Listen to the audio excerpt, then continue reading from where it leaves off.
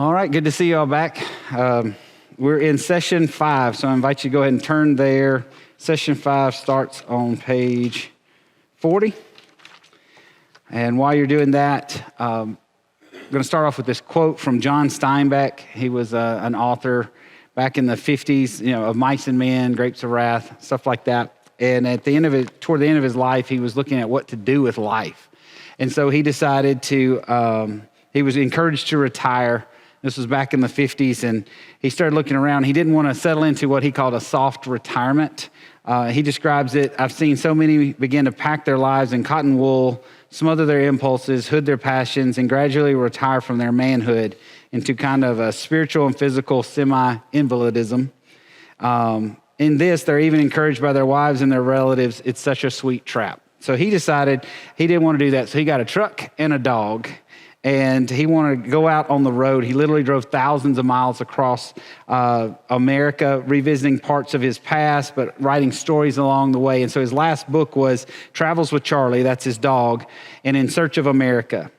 And he talks about one of his friends, when he told him that he was going to go out and do this, his friend said this to him. He said, this is what he writes. He said, this guy was an honest man, and he looked at me in the eye, and he said these words: if anywhere in your travels you come upon a man with guts, mark the place.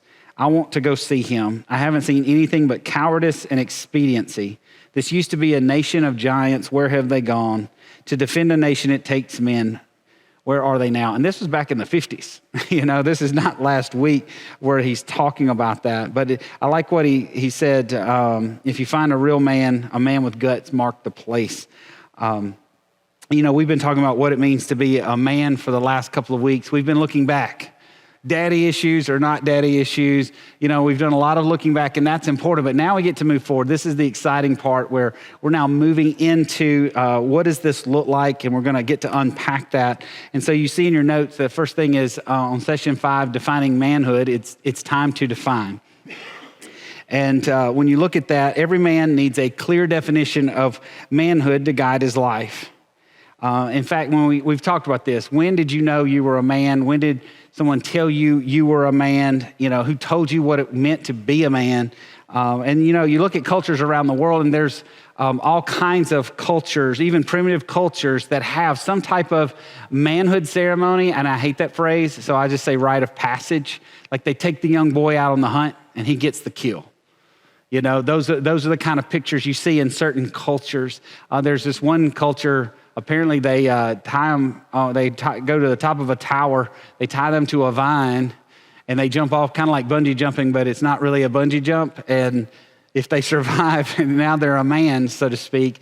So somebody has to measure that vine just right, make sure it all holds up. But in those, there's clear markers. Okay, you've done this. You're a man now, and that's what's important when you think about these rites of passage for us, or understanding what does it mean to be a man. In our culture, that definition is always changing. There are no clear markers. So how do you define something? And that's why it says it's hard to become what you can't define. You see that in your book there. So we've got some options, and our options are this. The first one is we can make up a definition for ourselves, especially if you grew up and didn't have a father, or your father was passive, or he was absent. You pretty much had to kind of guess at what it means to be a man as a result of that. So we can make up a definition for ourselves. Hope we've defined it right, but we don't really know for sure because we came up with that definition. The second one is we can look at culture, define it for us. You can look at culture itself. Whoever in culture is considered a man these days, maybe it's The Rock, Dwayne "The Rock" Johnson. Maybe that's the picture of a man because he's got all the muscles and things like that. Others might say Elon Musk is a man because he's conquered so many things. He's got all this money. He bought Twitter. Now he's trying to go to Mars, those kind of things. He's got self-landing rockets. So that's a man. We have different ideas. But back in the 80s, we had two superheroes or our action stars, and that was Arnold Schwarzenegger and Sylvester Stallone. The Terminator and Rambo. That was a picture of manhood for us in the 80s if you were an 80s kid. And you think about Arnold Schwarzenegger's life. I mean, he started off Mr. Olympia, Mr. Universe. He had all the muscles. And, so he was very successful. He conquered in that realm. for like 8 times in a row. Now they have the Arnold Classic named after him. But then he went into acting, and he made some very good movies. And you think about The Terminator. He was also, you may not have watched this one, but he was in Kindergarten Cop. I remember that from the 90s. I actually took Amy on a date to that. I'm not sure if I regret that as much as she does, but he did make some really cool action movies. He became a star. He was making all kinds of big budget films. Then he decided to go into politics. He became the governor of California. I mean, when you think about it, when you look at all fronts of life, this guy has conquered it. He married one of the Kennedys, Maria Shriver. So he has this beautiful wife. He's got the careers. He's got the money. You would say this guy conquered it all. But back in 2011, as he had just left office, Newsweek did an interview with him. And when they were doing that profile on him, he said, when I look in the mirror now, I don't like what I see. And part of it, he was describing himself physically. I mean, he had lost like 1.5 inches in height. He had lost 6 inches on his chest. He'd had a valve replaced in his heart, so he couldn't work out the way he had always done. But he said, I just feel like damaged goods. And he says, like most of us and most things in life, I just live in denial, and he laughed about it. It was a week later that word came out that he had had an extramarital affair. He had had a child out of wedlock. And most people would look at him and say, man, he conquered life. But when he looked in the mirror himself, he says, I don't like what I'm seeing here. And it wasn't just the physical nature. It was the disconnection with his kids and his relationships with others and all. He had a lot of regrets in his life. When you think about that man you see in the mirror, do you like what you see? You say, that's the man I want to be. Are you always wondering, is this what a man looks like? Am I still trying to figure it out, guess on my own? Is this what culture says is a man? And so that's 2 of our options, but there's a third option. We can look to enduring wisdom for a definition. So instead of making it up as we go, instead of chasing whatever the culture has decided it is at the time, where is enduring wisdom in this? And I love that quote from Jeremiah 6:16 that they put in here. It says, stand by the roads and look, and ask for the ancient paths where the good way is, and walk in it and find rest for your souls. It's a picture of a guy standing there, and he's got options about where to go. Now, he can carve out a new path, the one that's never been seen before, but there's somebody else that's got an enduring path. And they said, man, this is the way to go. This is life. This is wisdom. And so which one are you going to take? That's where you have somebody like a coach in your life, mentors, those father figures that help you along the way, because at each stage of your life, you're going into new places that you've never been before, and to have someone with enduring wisdom in that. Looking for the right move is one of the ways they described it in the Betterman study. And there's a movie, The Search for Bobby Fischer, and I'm not good at chess, but apparently this kid's a chess prodigy.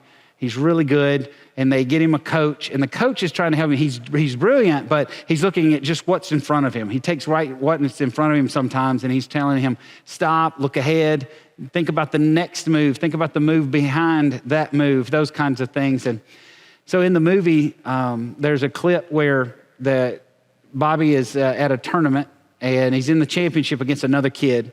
And he's sitting there, and of course, the coach can't talk to him, but he's got the coach's voice in his head, giving him that advice. He's remembering, don't just take the move in front of you, think ahead, those kind of things. And finally he goes, and he holds out his hand to his opponent. The opponent's like, what are you doing? He says, I'm offering you a draw. Let's split the championship. And the kid said, why would I take a draw? And Bobby Fischer says, you've already lost and you don't even see it yet. Well, the kid couldn't see a reason he was going to lose. He had what looked like the advantage on the chessboard, so he refused the draw.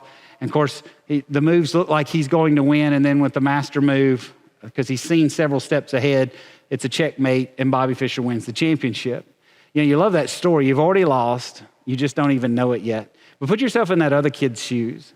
Do you ever feel like that in life sometimes? It's like you look around and everybody else seems to there's 3 steps ahead and you're like, have I already lost and I don't even know it? Like, how do I know that I'm going in the right path? That's where this enduring wisdom comes in and helps us through this.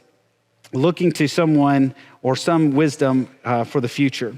So point C, where is history's greatest source for wisdom? And it's the Bible. You see some stats there, just the raw stats of no book has transformed more lives for good than the Bible.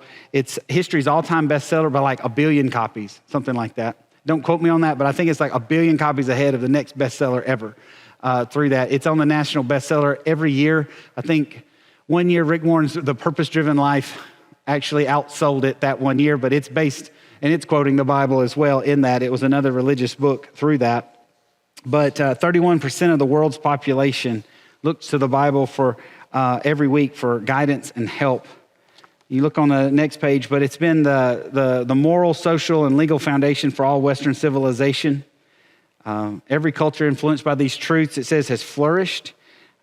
You look at countries that have built off of the biblical principles. Now, they're run by human men and women, so they're imperfect. I get that. But you find cultures that respect women. You find cultures with an advanced legal system, health care. There's a lot that goes on. Life is valued. So just looking at it from the raw evidence, we can see, wouldn't we want that in our lives as men as well? Just that this is brought about good.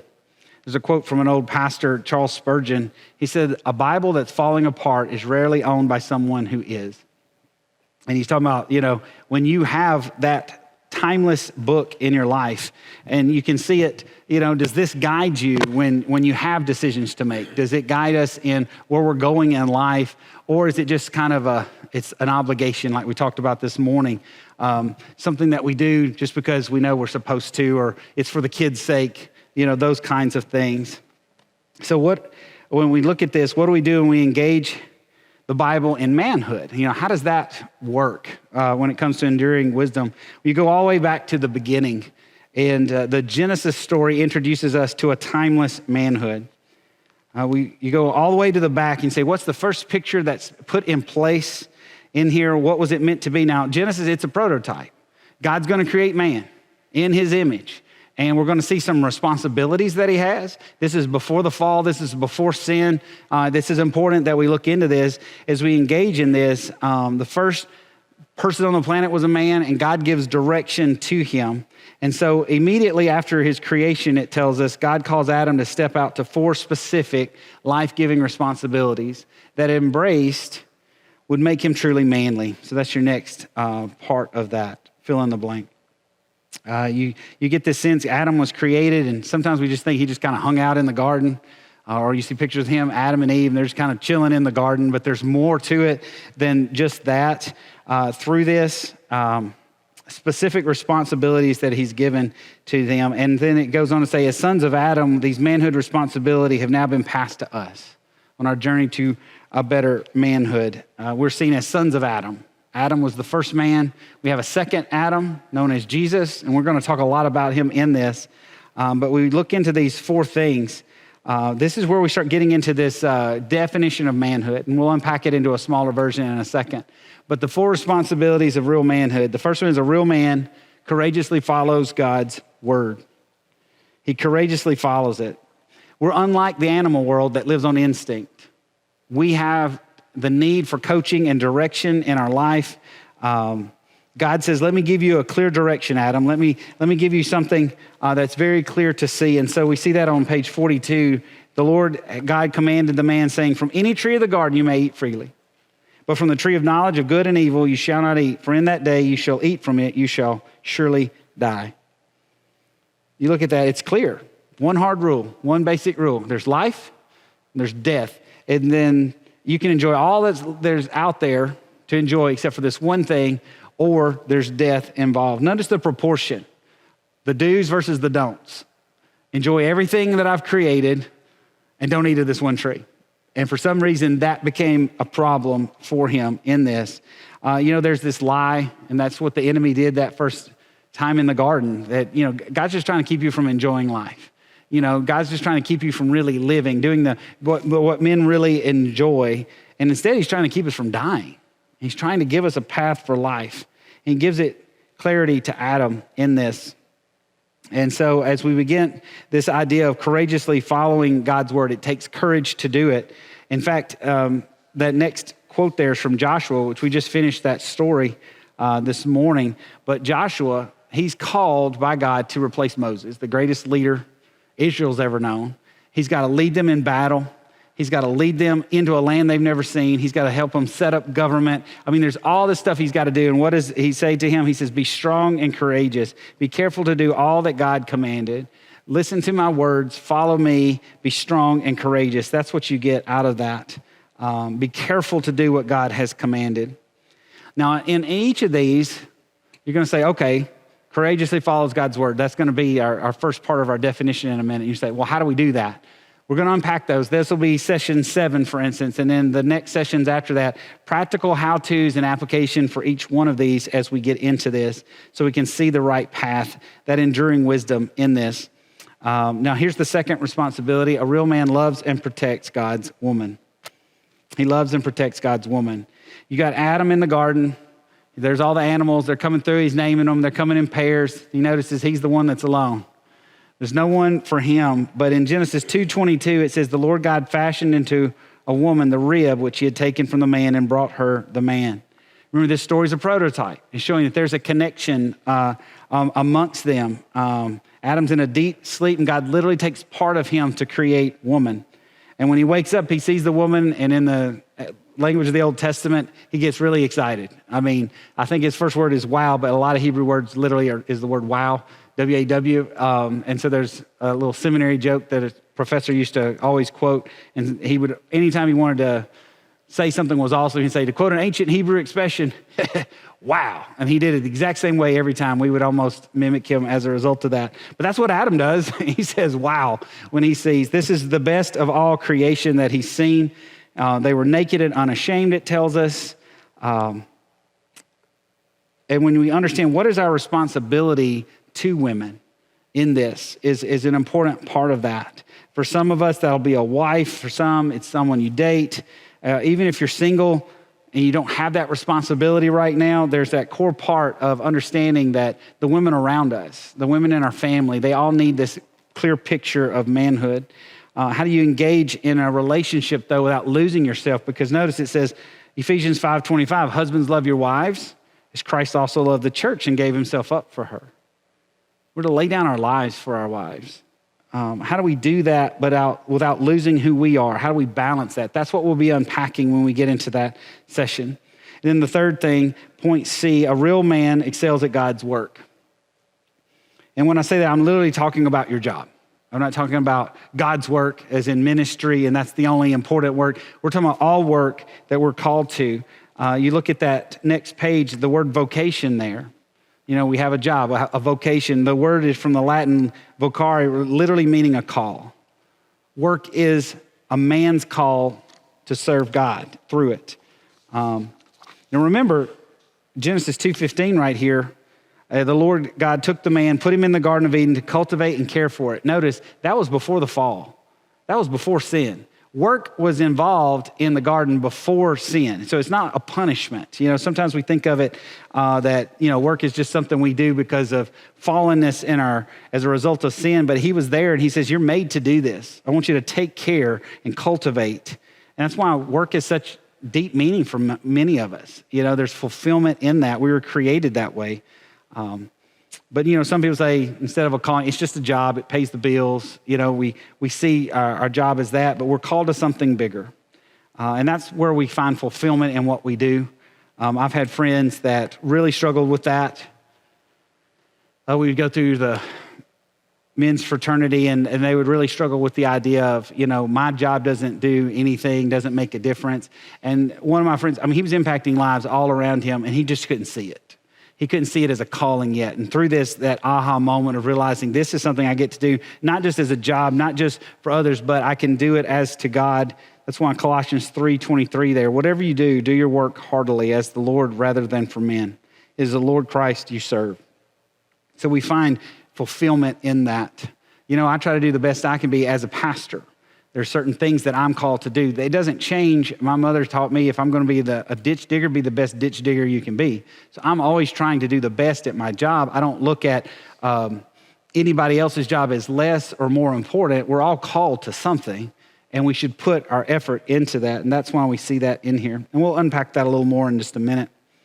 And so the final thing is a real man betters God's world. Genesis 1:28 here says, God blessed them and said to them, be fruitful and multiply, fill the earth and subdue it. There's two things that's happened right there, two commands. Be fruitful and multiply, make lots of babies, and fill the earth, but also subdue it. And there's a tension there, especially when you think back to things like the work that we have. We're hardwired for this. God didn't just say, hey, here's a little garden, you just play in it. He says, no, I want you to subdue it. I want you to fill the earth. Like, go out. You look at how we're wired to explore. People go and explore unknown regions. They climb mountains. You think about sports and our competitive nature. We're hardwired to this idea of winning at these things, go conquering the things around us. We want to win. That's why it's so good that Betterman gives us a game plan to win. That's one of the things that drew me to it, was just having that game plan. But you got the other side of that, to be fruitful and multiply. The challenge there is we get so busy conquering, we forget the other part, leaving that legacy behind, and that's where this really comes in. That's why it says children and manhood go together, especially if you're young and married. Maybe you've got some younger kids. This is a time in their life, and you're seeing this generation is very involved in their kids' life. I'm in two groups and you hear the story. Some dads are like, they worked and they were not home. That's the wife's job. I never saw my dad except if I went to the fields, then I got to be with him. Those kind of moments. And then you've got others that are like actively involved. You see the investment in their life as a result of that. So we should be able to encourage that and see that when it comes out. But notice this idea of be fruitful and multiply, fill the earth and subdue it. That was for Adam and Eve. He said it to both of them. Part of our role is not just conquering, subduing, but also being a part of our children's life. That's why it says children and manhood go together. And it goes on to say a good dad is a real man. There's nothing wrong with being a good dad, and it doesn't affect us as a man, but sometimes we think of it as like the guys that aren't very manly, seem to be too nurturing with their kids. We're not talking about that kind of picture, but a dad who's actively involved. It says, behold, children are a gift of the Lord. Psalm 127, like arrows in the hand of a warrior. So are the children of one's youth. How blessed is a man whose quiver is full of them. Launching out kids into the future, being able to set the direction in their life like an arrow in our hands. Because you think about the projects that you've got going on, the work that you do, how much impact will that make in the world one day versus your kids? If you have kids, think about the impact they can make in the world someday.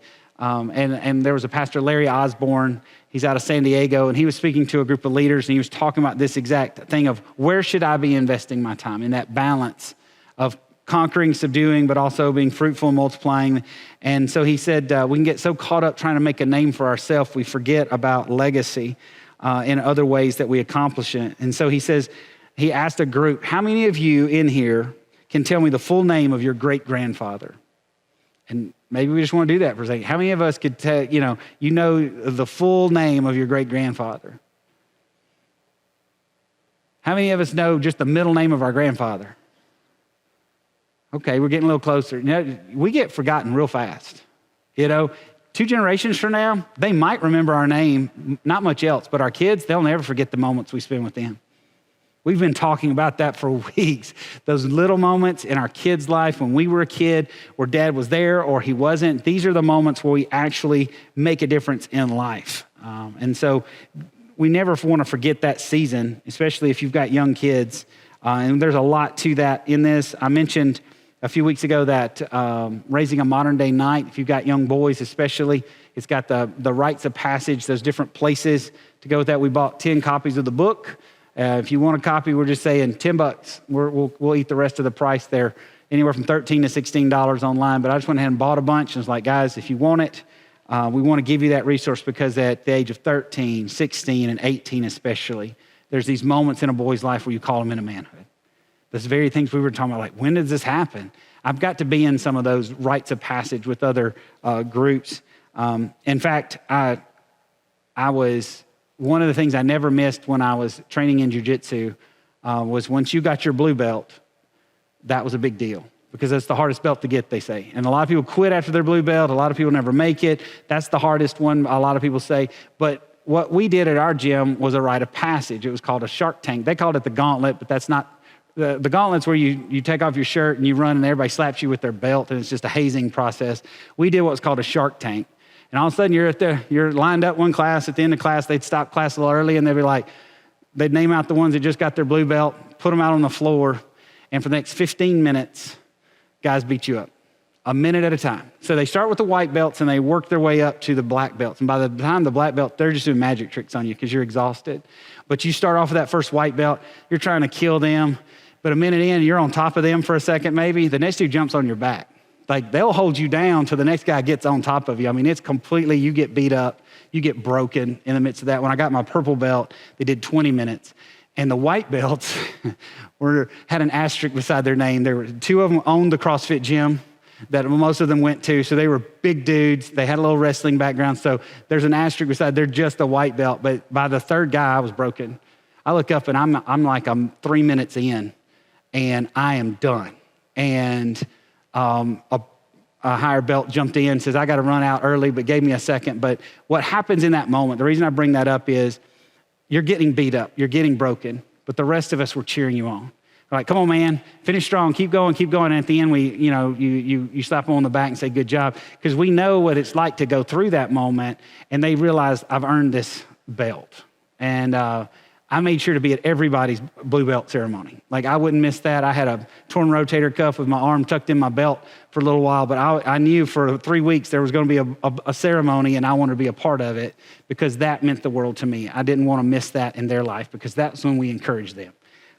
The Raising a Modern Day Knight won't talk about that at all and do a Shark Tank kind of thing, but it does give you those ceremonies and stuff. So as we get into this, just kind of understanding the picture, but making that difference in our kids' life. When you have those ceremonies especially, they never forget that. That changes their life. I'd love to say I've always been present. You got that tension of work, life getting in the way, but you want to be, wherever you have control, you do it the right way, that you step up in those moments. So how do we put all this together? Bettering God's world with his children, for instance. We can just go on to the next page. Here's your manhood definition, all right? And so I'm just going to say them all out, and then we'll kind of talk about it for a second. A real man courageously follows God's word. He loves and protects God's woman. He excels at God's work, and he betters God's world with his children. That's our definition to start with. That's kind of a mouthful trying to figure it all out, but there's some ways that we'll get to this. And there's a 30-day challenge. So I'm going to hand these out to you at the end. But a manhood definition, this is just that definition. And they said put it somewhere for 30 days where you'll see it every day and just kind of look at it each day, trying to just kind of get that into your life. Because sometimes we get so focused on excelling at God's work, we miss out on the others. Sometimes we're so focused on one of these others, we miss out on one of the definitions. This is that full-fledged picture of manhood that we're unpacking over the next couple of weeks through that. And so the question is, why don't we experience this more? Why is this definition not just a standard? Everybody knows this definition, but you go back and it says Adam tragically stepped away from God's call into real manhood and resulting not in a better life for him and his wife, but a lesser, harder one. That's why we don't see this just naturally outflowing in the world today. It all goes back to the first man, Adam. And so, remember, he was told, don't eat of that tree. That was the one command, life or death. And then the serpent comes into the garden and tempts Eve, and she eats of the fruit. And then in the Bible it says, then she gave it to Adam who was with her. That's the part that stands out to me. That was the mind-blowing statement in men's fraternity. Adam was there the whole time, and he was passive. He sat back. He didn't protect his wife. He didn't love his wife. He didn't say, hey, we're not going there. Hey, we're not going to do this. He doesn't step up in that moment. He just sits back. And the reason I cross my arms, I've seen so many passive men in my life, especially after going through this. You start seeing passive men. They cross their arms. No one's going to tell me what to do. I'm a man. I know what to do. And they never do anything unless they want to do it. And I just see Adam kind of sitting back. And I'm wondering if he's thinking in his mind, I got more ribs. If she drops dead, God can make me another one. But that's not loving his wife. That's not the one that he's supposed to be taking care of in the midst of that. The first Adam was passive. That's what we see right here. And see, we have a second Adam in Jesus. He rejected passivity. He accepted that responsibility even to the point of laying down his life for us. So we'll unpack more of that in future sessions. But today, as sons of Adam, we too have choices of stepping up into life-giving manhood or stepping away into a lesser manhood of our own design. We can let life just happen around us. That's passivity. You're wondering if we're losing or winning. That was the key part of this for Adam, in saying, I'm not going to let the choices happen to me. I'm going to be the one that makes the choices. I'm going to engage in these moments. I'm not going to live that way anymore. So how do we practically define apply this definition? And so there's some practical implications of this. And again, we're unpacking all this at a later time. This is just to get us started in this to begin with. And in the first stage, there's a manhood every man with God's help can aspire to. That's what this is. I don't care what kind of man you are, you can live into this. You might be big and gruff, you might be slim and studious, athlete or scholar or artist. We're not talking about a type of man that looks a certain way and acts a certain way. This is about being who God created us to be, these roles in our life. So we embrace the man that God has created us to be. And so I love that in Kings 2:2, this is David talking to his son Solomon. And he's about to become the king. David's been the warrior king. He's the rock star. He leads them out in battle. He's a poet. He writes a bunch of psalms. He's literally does both of those things. Solomon's going to be a different kind of leader. And he's going to need to be a different kind of leader. And David recognizes that. That's why he says, be strong and show yourself a man. He doesn't tell him to be like him. But Solomon was a very different kind of king. But then he expanded the kingdom more than David could have dreamt of. He builds the temple that people from around the world came and toured as a result of. His wealth and riches were known around the world as a result of that. That's the man that he became. But he knew he was going to need to be a man to lead into this. So be strong and show yourself a man. That's all his warning for him, was to be the man he was created to be. It's not going to take the same kind of man that his dad was to do what he was created to do. And there's some of us that are trying to live up to becoming the dad we had. We're trying to become the man that he was. And the simple answer is to stop being that and be the one God created you to be. We're trying to live out what the culture has defined for us as a man, and to stop and to live out the man that God has created us to be, instead of chasing after these things. So we're going to get some practical ways to aspire to this throughout this. But on page 45, the second thing, this is a manhood that can serve as one's life compass. They use an example. North is our guiding kind of point in this, our North Star, our guiding point in your true north, as they say. They use an illustration which totally breaks with a compass, but it helps us with remembering these 4 definitions, okay? North, that's remembering God's word, following what God has to say. To the east and the west, what's around us, women and work. That's the things that we engage in most of the time. And what do we leave behind? Bettering God's world, that's the south, that's our legacy. And so it's just that picture of giving us a life compass out of this through that. Then the third point, this is a manhood women long for. Not just for our wives, but I think that's important that we say this is a single most important thing. It gives them a sense of calm, peace. They feel secure in it. They don't feel threatened by a man with strength when he uses it properly.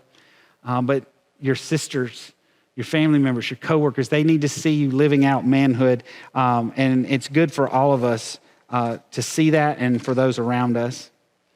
And then it says that D, this is a point that this is a manhood dads can confidently call their sons to. And you can sit down with your sons and be like, I want to talk with you, maybe have a conversation or 4 conversations about what does it mean to be a man, and talk through this. That, when was that done with us? When we talked about definitions of manhood, most of us didn't have that, but you can have that with your kids. Have you done that already? Giving us kind of tracks to talk about. You can even use that true north, east, west, and then when they get older, talk about legacy as a way to do that. And then this is a manhood that history affirms. There's this quote. This is former Secretary of Education, Dr. Bill Bennett. I had to Google him. Didn't know who he was, but he talks about history has repeatedly described manhood in terms of 4 domains: religion, family, work, and community. When you look at our definitions, that works pretty well. God and his word, religion, family, a man and his wife. You got work, and community, bettering God's world. That's exactly what we're seeing. History affirms that in different ways as well. It's easy to succeed in the moment, but what is our legacy? That's what history is talking about. This changes for generations to come. And then point F, this is a manhood that promises deeply satisfying rewards. Look at the rewards if you live this out. We've got several things here. First, John 10:10, I came that you may have life and have it abundantly. This is from Jesus. He says, the thief comes to kill, steal, and destroy, but I came and give you life more abundantly. He doesn't want us to have a mediocre life. The life that we find fulfilling is in Jesus, and it's an abundant life. So the reward for courageously following God's word, God and his word, is real freedom. John 8:32, Jesus said, you'll know the truth, and the truth will set you free. There's a freedom that comes with that, knowing the right thing to do, walking in that. It simplifies life when we know this is the right path. It's simple, life or death through that. Then the reward for loving and protecting God's woman. It says deep, intimate companionship called oneness. That's why on the next page, Genesis 2:24, a man will leave his father and mother, be joined to his wife, 2 shall become one flesh. This wasn't just the act of sex. This was a picture of oneness. To know someone like you've never known anybody else before. This is something that many marriages don't ever get to anymore. You know, settling into a relationship, roommates with one another. I have so many counseling sessions with couples, and basically when their kids start hitting high school, that's when the problems start. Like they seem fine, and all of a sudden they're done. And what happens is they've been raising kids together. They've been so focused on the kids, they haven't invested in themselves. There's no oneness there. They grow apart, as they say. They're total strangers living in the house, and now the kids are old enough they can handle the news, and so they walk away from their marriage because they haven't been investing in that. You know, when we talk about loving, protecting one's wife, that changes how we move toward the future so that we don't grow further apart. We grow closer together. That's where the oneness comes in. Then the reward for excelling at God's work, success and influence. He even says, do you see a man skilled in his work? He will stand before kings. He will not stand before obscure men. Good work, hard work gets noticed. And he's wanting us to work in a way that people around us can see it. We want to do the best we can at what we do to become that 10,000 hours as they talk about for mastery in whatever we're doing. And then finally, there's 2 more rewards. The reward for excelling at God's work, success and influence. So the last one, the reward for bettering God's world, and that is gladness and joy as a dad. He says, the father of the righteous will rejoice greatly, and he who sires a wise son will be glad in him. There's joy in knowing that our kids aren't going to have the same problems that we had, because we're going to be there. We're going to step up into their life and not just let them figure it out for themselves. And again, remember at the beginning is Jesus said, I want to give you abundant life. This is life. These are the rewards that come out of that. And so finally, if you look in your notes, the true superhero. In our culture, there's a new superhero movie just about every month. Aquaman, Batman, Spider-Man, Iron Man, the Hulk, Thor. Take your pick. Our world is obsessed with superheroes. And the true superhero is a real man. That's a real man. Because instead of just being passive like Adam, sit there and letting life play out around us, we're going to step up. We're going to step into it. We're not going to stand on the side of the road and just play the victim or wonder why everybody seems to be getting ahead. We're going to step into this because the world needs that. The world needs real men today. That's what a real superhero does, steps up in the time of need. And so I hope that you will join me in that. It's one thing to get the definition. It's a whole other thing to now put it into practice, okay? We can write that down, put that on a plaque, and, we're done with it. But there's so much more about actually putting it into practice. I've got a quote when I think about this picture of manhood. I've followed it for years, but this last Christmas, Amy got me an actual frame of it because she knew it meant a lot to me.